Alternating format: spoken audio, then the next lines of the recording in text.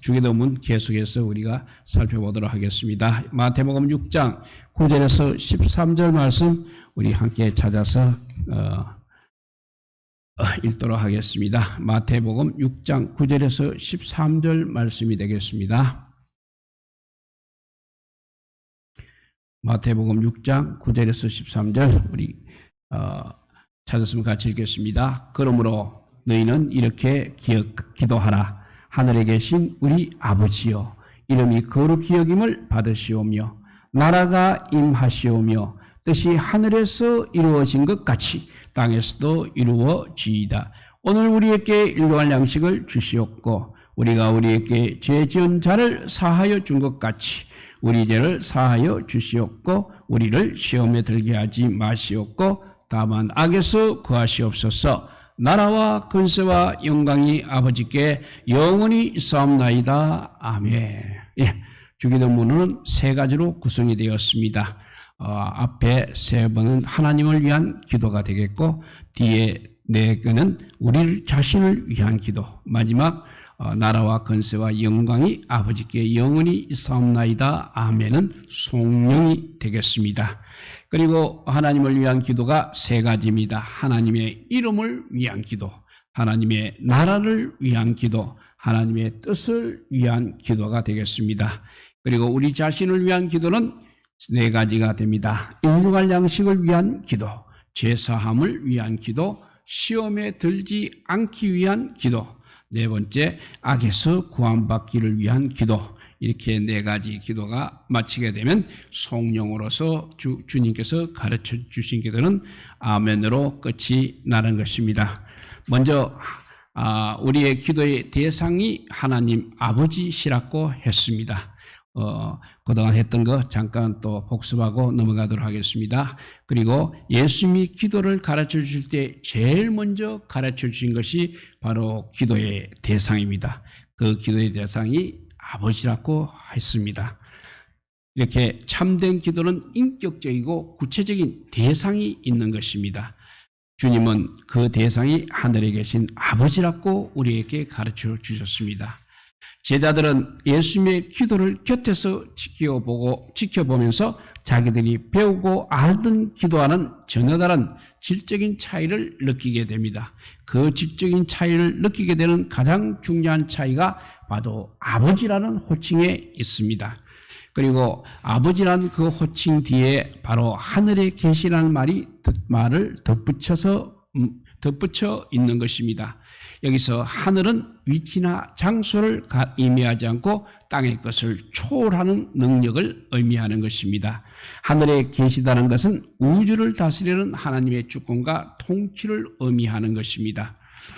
세상에 어떤 부모도 자식의 삶을 충만히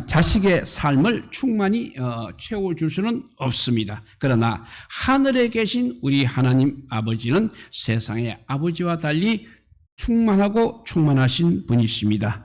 그래서 우리의 기도를 항상 넉넉히 들어주실 수 있는 분이십니다.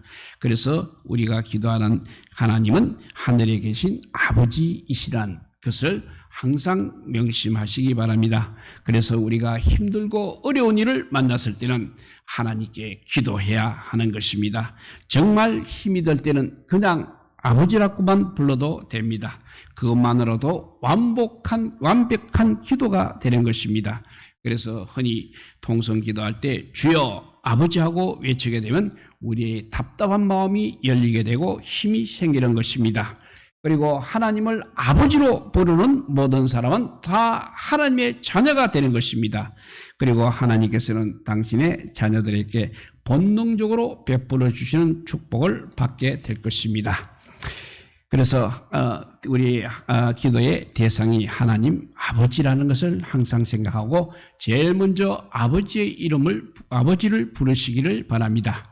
그리고 아버지 하나님을 위한 기도 첫 번째가 이름이 거룩히 여김을 받으시오며 라고 했습니다. 하나님의 이름을 위한 기도라고 했습니다.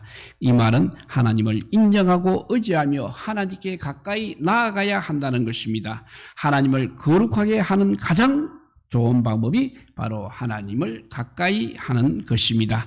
하나님을 가까이 하는 삶이 바로 하나님께 속해서 사는 삶이 되겠습니다. 하나님께 속한 백성에도 불구하고 사탄의 종이 되어 하나님과 가까이 하지 못한다면 결코 하나님의 일은 거룩하게 할 수 없는 것입니다. 그리고 주의 이름이 거룩히 여김을 받으시려면 그리스도인으로서 하나님께서 원하시는 거룩한 삶을 살아야 한다는 의미가 되겠습니다. 두 번째, 나라를 위한 기도, 나라가 임하시며 했습니다. 주기도의 구조 중에서 가장 핵심 단어가 바로 나라가입니다. 하나님 나라가 임하시는 것입니다. 왜냐하면 우리 예수님께서 오신 목적이 바로 하나님 나라입니다. 그래서 예수님의 관심은 오직 하나님 나라이었던 것입니다. 왜냐하면 우리는 하나님 나라 백성입니다. 우리는 하나님 나라가 완전히 임하기를 위하여 기도해야 됩니다. 그리고 하나님 나라는 미래적 개념과 현재적 개념이 있습니다. 이미 이루어진 현재적 개념이가 장차 이루어질 미래적 개념이 있는 것입니다. 아직 그는 현재 이미라는 현재적 개념 위에 아직이라는 미래적 개념이 있습니다. 하나님 나라는 그리고 또 장소적 개념이 아니라 하나님께서 통치하시는 상태를 의미하는 것입니다. 그래서 우리가 예수님을 믿는 순간 우리는 하나님 나라에 들어가는 것입니다. 그리고 하나님 나라의 특징과 특성은 인격적인 나라이라는 것이고 성령 안에서 의와 평강과 희락이라고 했습니다. 그러니까 하나님 나라는 성령을 통해서 다스려지는 나라입니다. 하나님 나라는 그래서 상태적인 개념이므로 형식이 없는 무형적인 나라입니다. 어느 곳이든 예수님이 계시는 곳이 바로 천국 하나님 나라인 것입니다. 하나님 나라는 겨자씨처럼 작은 것부터 누룩처럼 점점 확장되는 그런 나라입니다. 그리고 하나님 나라는 영적 전쟁을 통해서 사단이 반드시 물러가야 하나님 나라가 임한다는 원리입니다. 하나님 나라가 임하려면 사단이 영적 전쟁을 통해서 물러나야 하는 것입니다. 그러므로 나의 마음에 천국이 임하려면 먼저 죄부터 해결해야 하는 것입니다. 그러니까 해결하는 뜻은 무엇이냐면 내가 나를 지배하던 삶에서 이제 하나님을 왕으로 모시고 그분의 다스림을 받기로 결심하는 것이 바로 회개인 것입니다. 나에서 떠나서 하나님으로 바뀌어지는 것이 회개인 것입니다. 우리의 삶을 통해서 하나님 나라가 실제로 임하고 있다는 것을 다른 사람들이 보고 느낄 수 있도록 하나님의 나라를 확장하는 삶을 우리가 살아가야 합니다. 그리고 아멘 주 예수여 오시옵소서라고 기도하며 종말적인 하나님 나라를 우리는 항상 기다리러 있는 것입니다. 이렇게 하나님 나라에 대해서 말씀을 드렸고 그 다음에 뜻이 하늘에서 이루어지다 했습니다. 이 기도가 가장 어려운 기도입니다. 이 하나님의 뜻을 이룬다는 말은 바로 거꾸로 이야기하면 내 모든 뜻을 포기하겠다는 뜻인 것입니다. 하나님의 뜻이 내 생애를 통해서 이루어지기를 위하여 기도한다는 것은 바로 내 모든 뜻을 포기하겠다는 것입니다. 그런데 우리가 가장 잘못하는 것이 있는데 그것이 바로 우리가 하나님의 뜻을 제대로 알지 못하고 있다는 것입니다. 하나님의 뜻은 바로 믿음으로 사는 것. 믿음으로 사는 것이 하나님의 뜻이요 하나님께 영광을 돌리는 것이 하나님의 뜻입니다. 그러면 하나님의 뜻을 알기 위해서 우리는 어떻게 해야 됩니까? 하나님의 뜻을 분별하지 못하게 하는 모든 요소들을 제거해야 됩니다. 그리고 성령으로 충만해야 합니다. 왜냐하면 성령께서 하나님의 뜻을 조명해 주시기 때문입니다. 그리고 성경 말씀을 보시고 또 기도해야 하나님의 뜻을 알 수 있는 것입니다. 그러면 하나님의 뜻을 분별하는 지침은 무엇입니까? 그것이 합법적인가? 하나님 말씀에 위배되지 않는가라고 분별해야 됩니다. 또 그것이 하나님께 영광이 되는가 되지 않는가도 분별을 해야 되겠고, 또 다른 사람에게 걸림이 되는가 안 되지 않는가도 분별해야 됩니다. 그리고 이것이 나에게 유익한가 아닌가도 분별해서 하나님의 뜻을 분별하는 지침으로 삼을 수 있습니다. 결론은 우리는 뜻이 하늘에서 이루어진 것 같이 땅에서도 이루어지기를 위해서 기도하시기 바랍니다. 또 그와 함께 하나님의 뜻을 항상 가르쳐 달라고 기도하시기 바랍니다. 그래서 가장 결론적으로는 하나님의 뜻 앞에서 나의 모든 뜻을 포기하게 해달라고 하는 것이 가장 중요한 하나님을 위한 기도가 되겠습니다. 이제 나를 위한 기도 제목 4가지 중에 일용할 양식에 대한 기도를 하도록 하겠습니다. 우리가 앞에서 하나님을 위한 기도, 하나님의 나라, 하나님의 뜻에 대해서 배웠습니다. 이제 주님께서는 우리 인간을 위한 기도도 가르쳐 주십니다. 인간을 위한 기도가 4가지라고 했습니다. 오늘날 우리에게 일용할 양식을 주시옵고, 그리고 우리 죄를 사하여 주옵시고, 그다음에 우리를 시험에 들게 하지 마시옵고, 4번째 마지막에 다만 악에서 구하시옵소서라고 이렇게 4가지 기도를 우리에게 가르쳐 주셨습니다. 사람들은 일반적으로 자기에게 무엇이 가장 중요한 것인지 모르고 살아가고 있는 것입니다. 그래서 별로 필요하지 않는 것, 중요하지 않는 것, 이걸 오히려 우리 인간은 굉장히 귀중하게 여깁니다. 그리고 안 해도 되는 것을 꼭 해야 하는 것처럼 착각하면서 돈과 시간과 정열을 소비하고 있습니다. 그래서 대부분의 사람들이 이제 늙어서 생을 마칠 때 인생은 그냥 허무하다고 그렇게 말하고 마는 것입니다. 왜냐하면 헛된 것을 위해서 살아왔기 때문인 것입니다.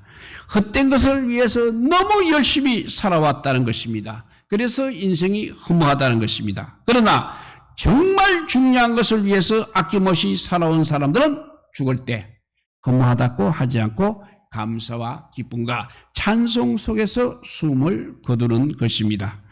그래서 사도 바울은 디모데후서 4장 7절과 8절에 보면 이렇게 말합니다.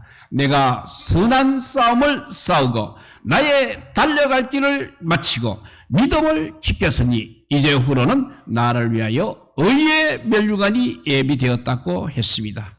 우리 모두도 바울처럼 이런 고백을 하며 이 세상을 마치기를 주님의 이름으로 축복합니다. 이렇게 우리는 헛된 것을 위해서 사는 인생이 아니라 정말 굉장히 중요한 것을 위해서 살아가는 우리 모두가 되어야 되겠습니다. 그리고 오늘 본문에서는 주님은 일용할 양식을 위해 기도하라고 말씀하십니다. 왜 우리가 일용할 양식을 위해서 기도를 해야 하는 것입니까? 일용할 양식을 위해서 기도하는 이유 첫째는 하나님께서 일용할 양식을 주시기 때문입니다. 내가 일용할 양식을 만드는 것이 아니라 하나님께서 우리에게 일용할 양식을 주시고 있다는 것입니다. 여러분, 나는 그래도 안정된 직장에 있으니까 일용할 양식을 위해서 기도할 필요가 없다고 그렇게 당당하게 말할 수 없는 것입니다. 직장이 일용할 양식을 주는 것은 절대 아니라는 것입니다. 세상의 것은 의지할 것이 없다는 것입니다. 날마다 우리에게 필요한 일용할 양식은 우리 하나님께서 주신다는 것입니다. 우리는 바로 이 기도를 통해서 일용할 양식을 주시옵소서 하는 기도를 통해서 우리의 연약함을 고백해야 하며 날마다 하나님의 도우심으로 살아갈 수밖에 없음을 고백해야 하는 것입니다. 일용할 양식은 하나님께서 주시는 것입니다. 그래서 사무엘상 7장 12절 보면 사무엘이 돌을 취하여 미스바와 센 사이에 세워 가로되 여호와께서 여기까지 우리를 도우셨다고 하고 그 이름을 에벤에셀이라 하니라 했습니다. 또 다윗은 시편 40편 17절에 나는 가난하고 궁핍하오나 주께서는 나를 생각하시오니 주는 나의 도움이시요 나를 건지시는 자시라 했습니다. 그리고 시편 121편 1절과 2절에도 내가 산을 향하여 눈을 돌리라. 나의 도움이 어디서 올꼬? 나의 도움이 천지를 지으신 여호와께서로다 라고 했습니다. 이렇게 하나님께서 일용할 양식을 위해 기도해야 하는 이유 첫째는 하나님께서 우리에게 일용할 양식을 주시기 때문이라고 했습니다. 두 번째는 하나님께서 우리의 궁핍을 원하지 않으시기 때문에 하나님께 우리가 일용할 양식을 위해서 기도해야 하는 것입니다. 신명기 28장 12절 말씀입니다. 여호와께서 너를 위하여 하늘의 아름다운 보고를 열어사 너의 땅에 때를 따라 비를 내리시고 너의 손으로 하는 모든 일에 복을 주시리니 너가 많은 민족에게 꾸어 줄지라도 너는 꾸지 아니할 것이라 했습니다. 그리고 빌립보서 4장 19절에도 나의 하나님이 그리스도 예수 안에서 영광 가운데 그 풍성한 대로 너희 모든 쓸 것을 채워주시리라 했습니다. 그러나 세상에 많은 사람들은 하나님을 믿지 않고 있습니다. 그렇기 때문에 일용할 양식을 위해서 하나님께 기도하지 않고 있습니다. 세상의 방법을 찾고 있습니다. 돈이 없어서 세상 사람들께 빌리기는 하지만 하나님께 나아가서 기도는 하지 않는다는 것입니다. 왜냐하면 믿음이 세상 사람들은 없기 때문인 것입니다. 그리고 세상 사람들은 하나님을 신뢰하지 않기 때문인 것입니다. 우리는 당장 먹을 것이 없으면 당장 돈이 필요하면 누구를 떠올립니까? 하나님을 떠올립니까? 아니면 친척이나 친구를 떠올립니까? 한번 우리가 다시 한번 우리 믿음을 점검하시기 바랍니다. 기도의 응답, 5만 번 기도의 응답을 체험한 조지 물러가 있습니다. 그분은 신실하신 하나님의 능력과 하나님의 약속을 신뢰하며 순간순간 일용할 양식을 주시옵소서 이렇게 기도하고 기도하였기 때문에 단 한 번도 사람에게 꾸거나 구걸하지 않고도 2,000명 이상이나 되는 고아들을 먹일 수 있었다고 고백하고 있습니다. 이렇게 헛된 것을 위해 사는 인생이기 때문에 우리는 허무하다고 하면서 세상을 마칠 수 있지만 하나님께 감사와 기쁨과 찬송 속에서 숨을 거두는 일용할 양식을 구하는 우리 모두가 되어야 되겠습니다. 이렇게 세 번째는 일용할 양식의 의미가 무엇이겠습니까? 초대 교부들이 많이 있습니다. 그 가운데 터툴리안이라든지 어거스틴, 키프리안 이런 사람들은 참된 양식이라는 것은 하나님의 말씀이거나 아니면 성만찬의 음식이라고 그렇게 말했습니다. 그러나 지나치게 거룩하게 해석할 필요는 없을 것 같습니다. 왜냐하면 일용할 양식은 우리가 지상에서 살기 위해서 필요한 모든 것, 지상에서 살기 위해서 필요한 모든 것이 다 일용할 양식입니다. 일용할 양식의 의미를 선명하게 보여주는 것은 바로 출애굽기 16장의 만나이겠습니다. 출애굽한 이스라엘의 백성의 40년 광야길은 우리의 인생길과 같은 것입니다. 이 광야길을 그들은 어떻게 살아갔습니까? 일용할 양식으로 만나를 먹으면서 살아왔습니다. 그래서 일용할 양식은 우리가 지상에서 살기 위한 모든 필요한 것을 의미하는 것입니다. 그리고 일용할 양식을 누가 주는 것입니까? 우리 하나님께서 우리에게 주시는 것입니다. 만나가 말하는 것은 일용할 양식은 바로 하나님이 주신다는 그런 의미인 것입니다. 나의 노력의 대가로 얻어지는 것 혹은 직장에서 주는 것이 아니라는 것입니다. 우리의 일용할 양식은 하나님 아버지께서 주시는 것입니다. 시편 136편 2절 25절 보면 모든 육체에게 먹을 것을 주신 이에게 감사하라. 그 인자하심이 영원함이로다 했습니다. 하나님께서 주실 때 우리는 먹고 마실 수 있는 것입니다. 하나님이 주시지 않으면 우리는 아무것도 먹을 수 없는 것입니다. 그래서 우리의 생명을 유지할 수도 없는 것입니다. 그래서 하나님께서는 우리에게 일용할 양식을 위해서 이렇게 하나님께 구하라고 우리에게 가르쳐 주셨습니다. 일용할 양식은 하나님이 주십니다. 또 일용할 양식이라는 것은 한 달이나 1년이 아니라 그냥 필요한 양식을 의미하는 것입니다.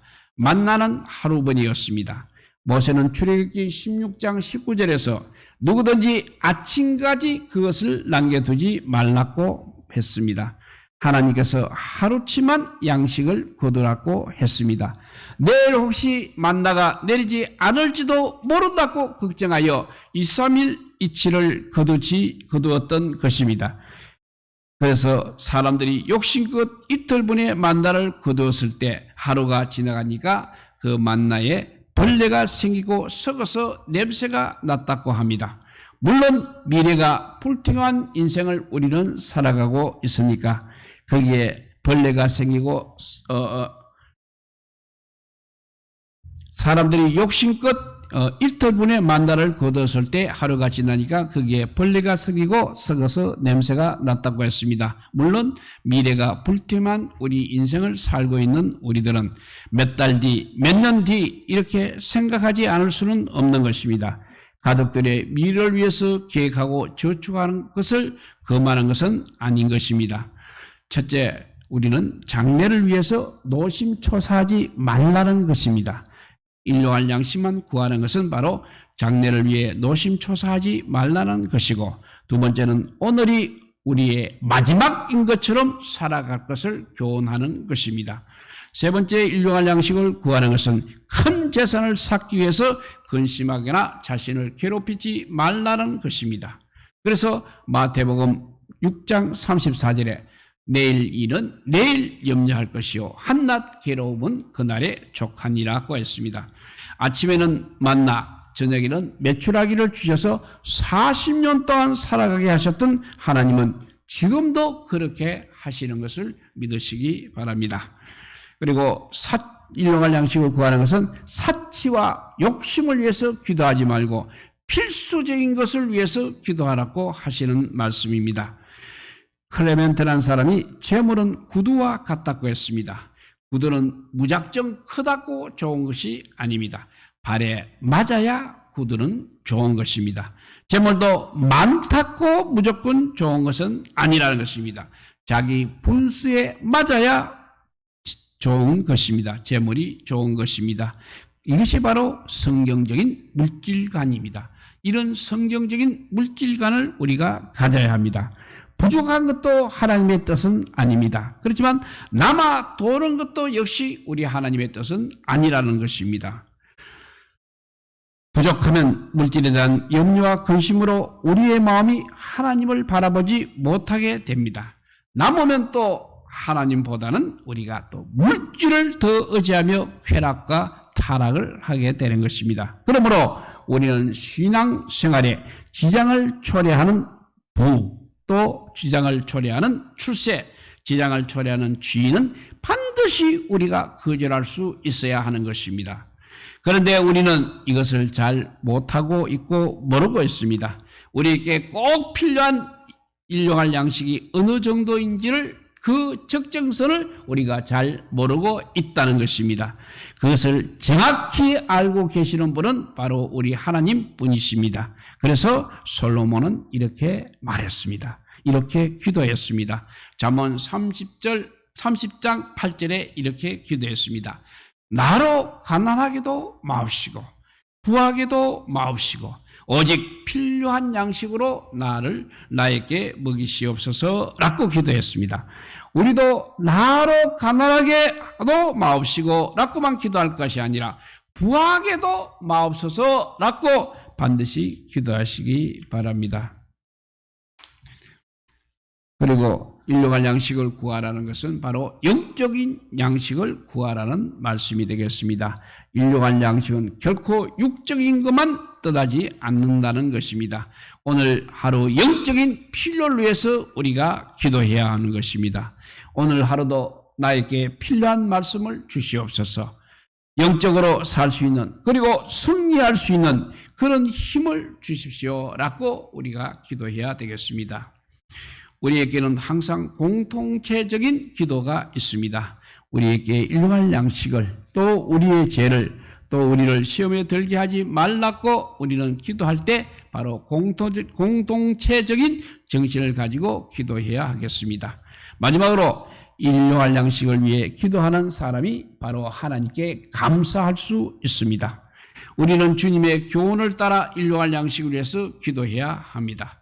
뿐만 아니라 현장에 나아가서 열심히 일도 해야 하는 것입니다. 그러면 하나님께서 반드시 우리에게 일용할 양식을 주실 것입니다. 이때 일용할 양식은 내가 열심히 일을 해서 주어진 것이 아니고 기도해서 하나님께서 주신 것으로 알고 감사하게 되는 것입니다.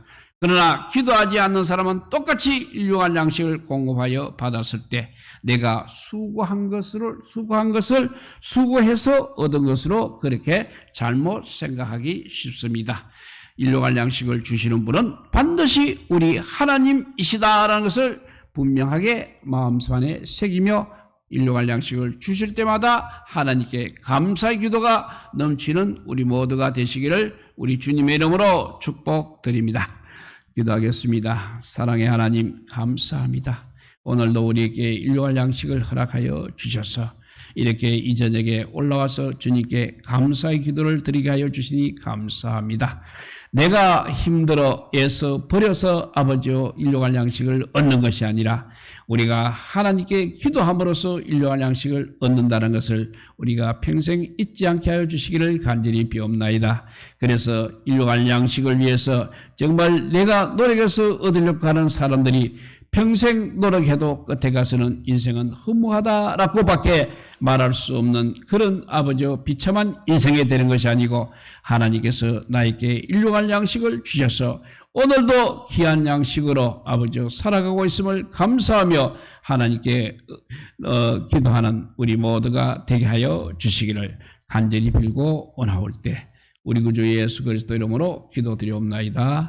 아멘.